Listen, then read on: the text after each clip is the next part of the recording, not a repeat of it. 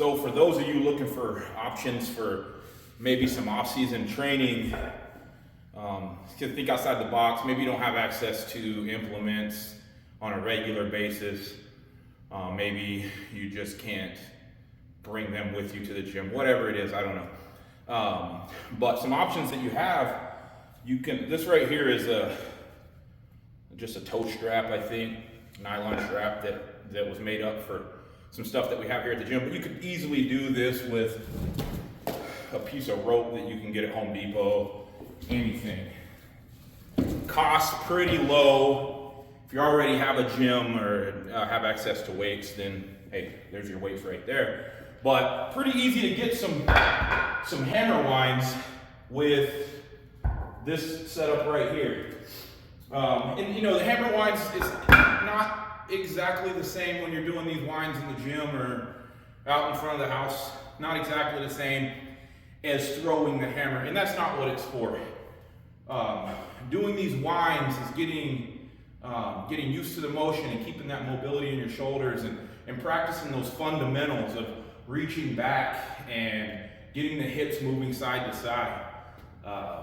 Bonus points because you're doing it probably in gym shoes or barefoot, and your blades you don't have blades on, you don't have them stuck in the ground, so you have to learn to really move those weights, move your weight around and pivot and kind of keep yourself grounded. So anyway, as you can see here, nothing gee whiz, just kind of choking up on the rope a little bit, and then just starting some real easy winds.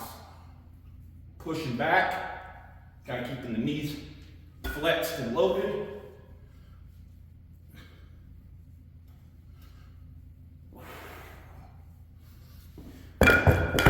Breathing is another one. Breathing reflexively. I don't know, I'm not a rocket surgeon. I don't even know if that is really a thing, breathing reflexively. But learning how to breathe while you're winding, very important to be able to stay loose where you need to be loose, and get that movement. You know, just get real tight. You can't get rotated around. But anyway, winds on both sides, real important, especially in the off season when we're trying to go the other way, trying to keep everything healthy, keep the spine healthy, keep the shoulders healthy. But winding, if you're left-handed or right-handed, winding on your lefts, it's a good way to kind of makes you think more about what you're doing, and that may carry over to your actual throw on your dominant side. Coach John calls it brain granola. But yeah, I find myself having to think more about my positions, what to do with my hips, how to get get the weight separated from my hips so I can get more speed. I find that more, I have to think about that more and be more intentional when I go on my offside. And that definitely carries over to the right side. It just makes everything make a little bit more sense. So anyway, no excuses. Get your winds.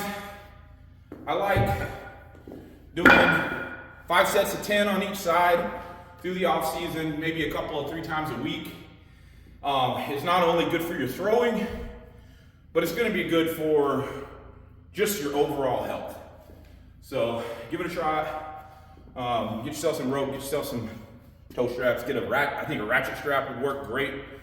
And take away some of those excuses that you have about not being able to train, or been a long time, you don't want to go to your first games and be like, oh, I just haven't had my hands on an implement. This can help you, guide you through the off season and into the preseason. And then when you get on the field, you're ready to go.